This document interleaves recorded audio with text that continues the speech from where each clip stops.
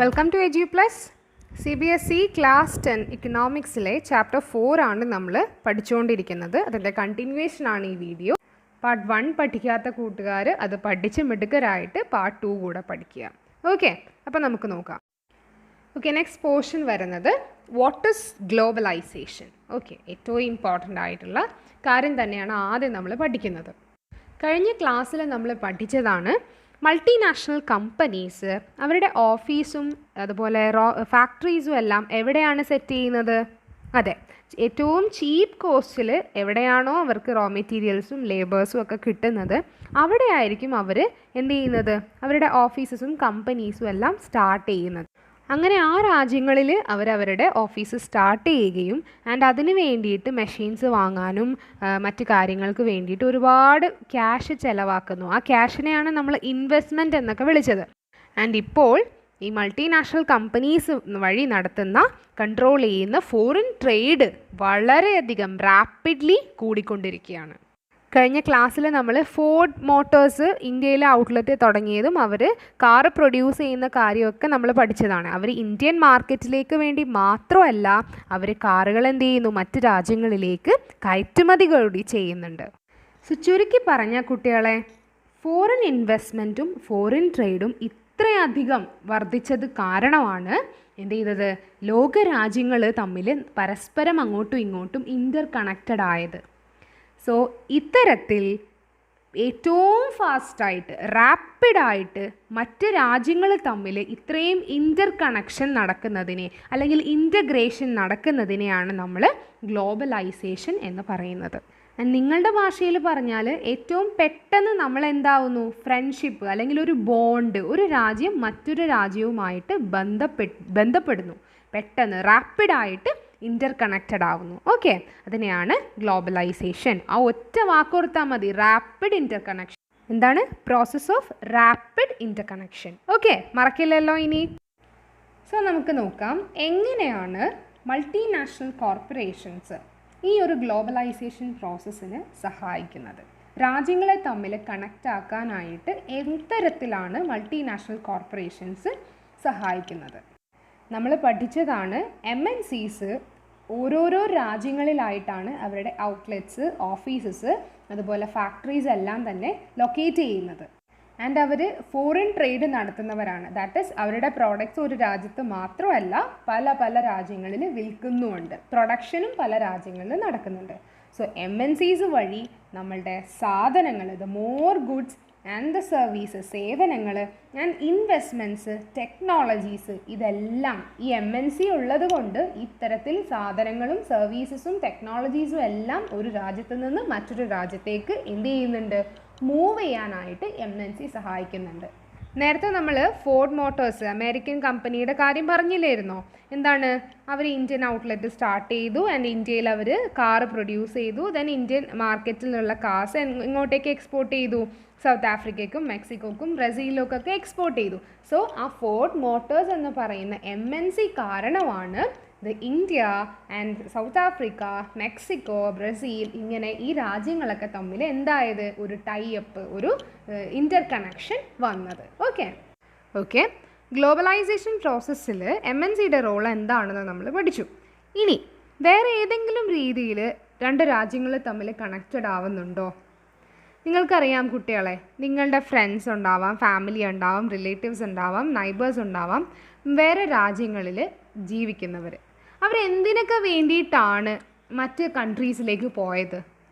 നമുക്കറിയാം മെജോറിറ്റി പോകുന്നത് ജോലി ആവശ്യങ്ങൾക്ക് വേണ്ടിയിട്ടാണ്. ഹൈ സാലറിക്ക് വേണ്ടിയിട്ട്, ജോലി ആവശ്യങ്ങൾക്ക് വേണ്ടിയിട്ട് നമ്മളൊരു രാജ്യത്തു നിന്ന് മറ്റൊരു രാജ്യത്തേക്ക് പോകുന്നുണ്ട്.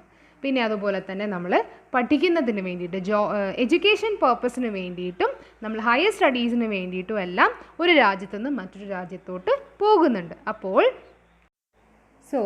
ഗ്ലോബലൈസേഷൻ പ്രോസസ്സിന് സഹായിക്കുന്ന രണ്ടാമത്തെ ഫാക്ടറാണ് movement of the people between the countries. നമ്മൾ ആദ്യം പഠിച്ചത് movement of the good, service, investment, technologies by MNC. Okay, രണ്ടാമത്തെ കാര്യം നമ്മളിപ്പോൾ പഠിച്ചത് മൂവ്മെൻറ്റ് ഓഫ് ദ പീപ്പിൾ. ഈ രണ്ട് ഫാക്ടേഴ്സും ഓർത്തിരിക്കുക. അത് മാർക്കിനനുസരിച്ച് എക്സ്പ്ലെയിൻ ചെയ്ത് എഴുതണം, അത് മറക്കരുത്. Okay, Okay, then move on to the next topic. Factors that have enabled globalization. ഒരു രാജ്യവും മറ്റൊരു രാജ്യവും തമ്മിൽ പരസ്പരം കണക്റ്റഡ് ആവണം എങ്കിൽ ഒരുപാട് ഫാക്ടേഴ്സ് അതിനെ ഹെൽപ്ഫുൾ ചെയ്യണം, അതിനെ സപ്പോർട്ട് ചെയ്യണം. അതിൽ ഏറ്റവും ഇമ്പോർട്ടൻ്റ് ആയിട്ടുള്ള ഒരു ഫാക്ടറാണ് ടെക്നോളജി എന്ന് പറയുന്നത്. ഒരു കൺട്രിയിൽ ഒരുപാട് ഗൂഡ്സ് പ്രൊഡ്യൂസ് ചെയ്തിട്ടുണ്ട് ആൻഡ് അത് വേറൊരു കൺട്രിയിലോട്ട് നമുക്ക് എന്ത് ചെയ്യണം, എത്തിക്കണമെങ്കിൽ, മൂവ് ചെയ്യണമെങ്കിൽ നമുക്ക് അവിടെ ട്രാൻസ്പോർട്ടേഷൻ ഫെസിലിറ്റി വെൽ ബീങ് ആയിട്ട് ഡെവലപ്ഡ് ആവണം. നമ്മൾ 1 മില്യൺ പ്രോഡക്ട്സ് പ്രൊഡ്യൂസ് ചെയ്തു എന്ന് പറഞ്ഞിട്ട് കാര്യമില്ല. ആ പ്രൊഡക്ട്സിനെ നമ്മൾ എന്ത് ചെയ്യണം, we have to transfer to another country by means of fastest delivery mechanism. നമുക്കറിയാം, ഇനീഷ്യലി ഈ ഗൂഡ്സ് ഷിപ്പ് മാർഗമാണ് നമ്മുടെ രാജ്യത്തൊക്കെ എത്തിക്കൊണ്ടിരുന്നത്, അല്ലെങ്കിൽ നമ്മൾ കയറ്റുമതി ചെയ്തുകൊണ്ടിരുന്നതും അങ്ങനെയാണ്. പിന്നീട് അത് റെയിൽവേ മോഡായി, പിന്നീട് അത് ഇപ്പോൾ എന്തായി, എയർപ്ലെയിൻ, അതായത് എയർ ട്രാൻസ്പോർട്ടേഷൻ ഫെസിലിറ്റി യൂസ് ചെയ്തിട്ട് വരെ നമ്മളിപ്പോൾ ഈ ഒരു ട്രാൻസ്പോർട്ടേഷൻ അല്ലെങ്കിൽ മൂവ്മെൻറ്റ് ഓഫ് ഗൂഡ്സ് നടക്കുന്നുണ്ട്. സോ അവിടെ ടെക്നോളജി ഡെവലപ്പ് ചെയ്യണം എന്നുള്ളത് ഗ്ലോബലൈസേഷനിൽ വളരെ വളരെ ഇമ്പോർട്ടൻ്റ് ആയിട്ടുള്ളൊരു ഫാക്ടറാണ്. ട്രാൻസ്പോർട്ടേഷൻ ഫെസിലിറ്റി പോലെ തന്നെ ഇമ്പോർട്ടൻ്റ് ആയിട്ടുള്ള മറ്റൊരു ഫെസിലിറ്റി കൂടിയാണ്, അല്ലെങ്കിൽ ഒരു ഫാക്ടറാണ് ഇൻഫർമേഷൻ ആൻഡ് കമ്മ്യൂണിക്കേഷൻ ടെക്നോളജിയുടെ ഡെവലപ്മെൻറ്റ്.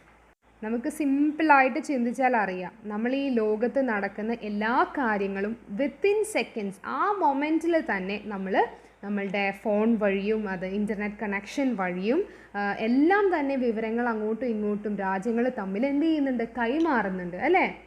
ലോകത്തിൻ്റെ ഏത് കോണിലിരിക്കുന്ന ആളെയും വിത്തിൻ സെക്കൻഡ്സ് നമുക്ക് എന്ത് ചെയ്യാം, കോൺടാക്റ്റ് ചെയ്യാം. ആൻഡ് ഇപ്പോൾ എന്ത് ചെയ്യാം, വീഡിയോ കോൾ സംവിധാനം വരെ നമ്മൾ എത്തിയിരിക്കുകയാണ്. കമ്മ്യൂണിക്കേഷൻ ടെക്നോളജി ഇത്രയും ഡെവലപ്ഡ് ആയതുകൊണ്ട് നമുക്ക് ഒട്ടും തന്നെ ടൈം വേസ്റ്റ് ചെയ്യാണ്ട് ഒരുപാട് കാര്യങ്ങൾ നമുക്ക് സ്മൂത്തായിട്ട് ഹാൻഡിൽ ചെയ്യാൻ പറ്റുന്നുണ്ട്. അതുപോലെ IT, information and communication technology, they have playing a major role in spreading out production of services across the countries. രാജ്യങ്ങൾ തമ്മിൽ സർവീസിൻ്റെ പ്രൊഡക്ഷന് ഒരുപാട് ഹെൽപ്പ് ചെയ്യുന്നുണ്ട് നമ്മുടെ കമ്മ്യൂണിക്കേഷൻ ടെക്നോളജി. അതെങ്ങനെയാണെന്ന് നോക്കാം. പേജ് നമ്പർ 63 നിങ്ങൾക്ക് ഒരു ഇൻസിഡൻറ്റ് പറയുന്നുണ്ട്. ഒരു ന്യൂസ് മാഗസിൻ, അത് ലണ്ടനിലുള്ള വായനക്കാർക്ക് വായിക്കുന്നതിന് വേണ്ടിയിട്ടാണ്. പക്ഷേ ഇത് പ്രിൻ്റ് ചെയ്യുന്നത് ഡൽഹിയിലാണ്. അപ്പോൾ അതിൽ അടിക്കേണ്ട മാറ്റർ എന്താണ് എന്ന് ഇൻ്റർനെറ്റ് വഴി ഡൽഹിയിലോട്ട് ലണ്ടനിൽ നിന്ന് അയച്ചു കൊടുക്കാം. അങ്ങനെ അതിൻ്റെ ഡിസൈനിങ്ങും പ്രിൻറ്റിങ്ങും എല്ലാം ഡൽഹിയിൽ നടന്നു കഴിഞ്ഞു. ആൻഡ് ഈ മാഗസിൻ എല്ലാം തന്നെ അവർ എയ്റോപ്ലെയിനിൽ ഇങ്ങോട്ടേക്ക് അയക്കുകയാണ്, ലണ്ടനിലോട്ട് അയക്കുകയാണ്. അങ്ങനെ അവിടെ എത്തി. ആൻഡ് ഇതിൻ്റെ ക്യാഷും മറ്റ് കാര്യങ്ങളും ഇവരെങ്ങനെയാണ് അയക്കുന്നത്, ലണ്ടനിൽ നിന്ന് ഡൽഹിയിലോട്ട് കൊണ്ടുപോയി കൊടുക്കുകയാണോ ചെയ്തത്? അല്ല, ഇവർ ബാങ്കിങ്, ഇൻ്റർനെറ്റ് ബാങ്കിങ് വഴി അതിൻ്റെ എമൗണ്ടും അവർ പേ ചെയ്യുകയാണ്. അപ്പോൾ നോക്കൂ കുട്ടികളെ, ഇവിടെ ഒരു സർവീസ് അവിടെ നടക്കുന്നുണ്ട്. പക്ഷേ ഈ സർവീസിൽ അവർ ആരും തന്നെ 2 രാജ്യങ്ങളിലാണ് നടക്കുന്നത്, ഒന്ന് ഇന്ത്യയിലും ഒന്ന് ലണ്ടനിലും. ആൻഡ് ഇവിടെ ഈ ഒരു സർവീസിൽ ടെലികമ്മ്യൂണിക്കേഷൻ ഫെസിലിറ്റിയാണ് ഏറ്റവും കൂടുതൽ ഹെൽപ്ഫുൾ ചെയ്തിരിക്കുന്നത്. ഓക്കെ, ദെൻ അടുത്ത topic liberalisation of foreign trade and foreign investment policy.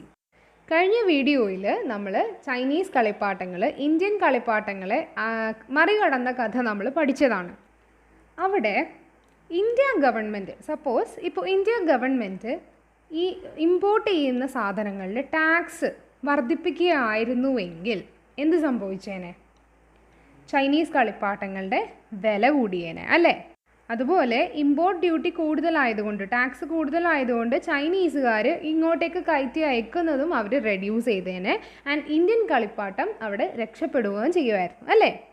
So ഇത്തരത്തിൽ ഫോറിൻ ട്രേഡിനെ കൺട്രോൾ ചെയ്യുന്ന ഒരു ഫാക്ടറാണ് അല്ലെങ്കിൽ ഒരു പോളിസിയാണ് ട്രേഡ് ബാരിയർ എന്ന് പറയുന്നത്. എന്താണ് ട്രേഡ് ബാരിയർ? എന്താണ് trade barrier? The tax on imports. ഒറ്റ വാക്ക് ഓർത്താൽ മതി, ടാക്സ് ഓൺ ഇമ്പോർട്ട്സ്, അതായത് ഇറക്കുമതി ചെയ്യുന്ന സാധനങ്ങൾക്ക് മേലുള്ള ടാക്സ്, അതാണ് ടാക്സ് ബാരിയർ. ആരാണിത് സെറ്റ് ചെയ്യുന്നത്? അതായത് ഗവൺമെൻറ്റുകളാണ് ടാക്സ് ബാരിയർ സെറ്റ് ചെയ്യുന്നത്. ഫോറിൻ ട്രേഡ് കൂട്ടാനും കുറയ്ക്കാനും, ഇൻക്രീസ് ചെയ്യാനും ഡിക്രീസ് ചെയ്യാനും വേണ്ടിയിട്ടാണ് ടാക്സ് ബാരിയർ ഓരോ കൺട്രിക്ക് മേലും ഓരോ ഗുഡ്സിന് മേലും ചുമത്തുന്നത്. ഓക്കെ, ഇന്ത്യൻ ഇൻഡിപെൻഡൻസിന് ശേഷം ഇതുപോലെ ഗവൺമെൻറ് എന്ത് ചെയ്തു? ഓരോ സാധനങ്ങൾക്ക് മേലും, ഇമ്പോർട്ട് ചെയ്യുന്ന ഓരോ സാധനങ്ങൾക്ക് മേലും ഇത്തരത്തിൽ ട്രേഡ് ബാരിയേഴ്സ് കൊണ്ടുവന്നിരുന്നു. സോ എന്തിനു വേണ്ടിയിട്ടാണ്? ഇവിടെയുള്ള പ്രൊഡ്യൂസേഴ്സ് രക്ഷപ്പെട്ടു പോകാനാണ്. പിന്നീട് ഒരു 1950-60s ഒക്കെ ആയപ്പോഴേക്കും ഇന്ത്യ എന്ത് ചെയ്തു? മെഷീനറീസും ഫെർട്ടിലൈസേഴ്സും പെട്രോളിയം പ്രോഡക്ട്സും അത്തരത്തിലുള്ള പ്രോഡക്ട്സുകൾ ഇമ്പോർട്ട് ചെയ്യാനുള്ള ഒരു അനുമതി കൊടുത്തു. പിന്നീട് ഒരു 1991 ഒക്കെ ആയപ്പോഴേക്കും ഈ പോളിസി ഇന്ത്യ ചേഞ്ച് ചെയ്തു. Then government of India decide ചെയ്തു നമ്മളുടെ പ്രൊഡ്യൂസേഴ്സും എന്ത് ചെയ്യണം? ഗ്ലോബൽ പ്രൊഡ്യൂസേഴ്സുമായിട്ട് കോമ്പീറ്റ് ചെയ്യണം. നമ്മളുടെ പ്രോഡക്ട്സിൻ്റെ ക്വാളിറ്റി ഇമ്പ്രൂവ് ചെയ്യാനും അതൊക്കെ വളരെ ഹെൽപ്ഫുള്ളാണ്. അങ്ങനെ അത് എന്ത് ചെയ്യാണ്? ഇമ്പോർട്ട് ചെയ്യുന്നതിനുള്ള തടസ്സങ്ങൾ സർക്കാർ മാറ്റിക്കൊടുക്കുകയാണ് ചെയ്തത്.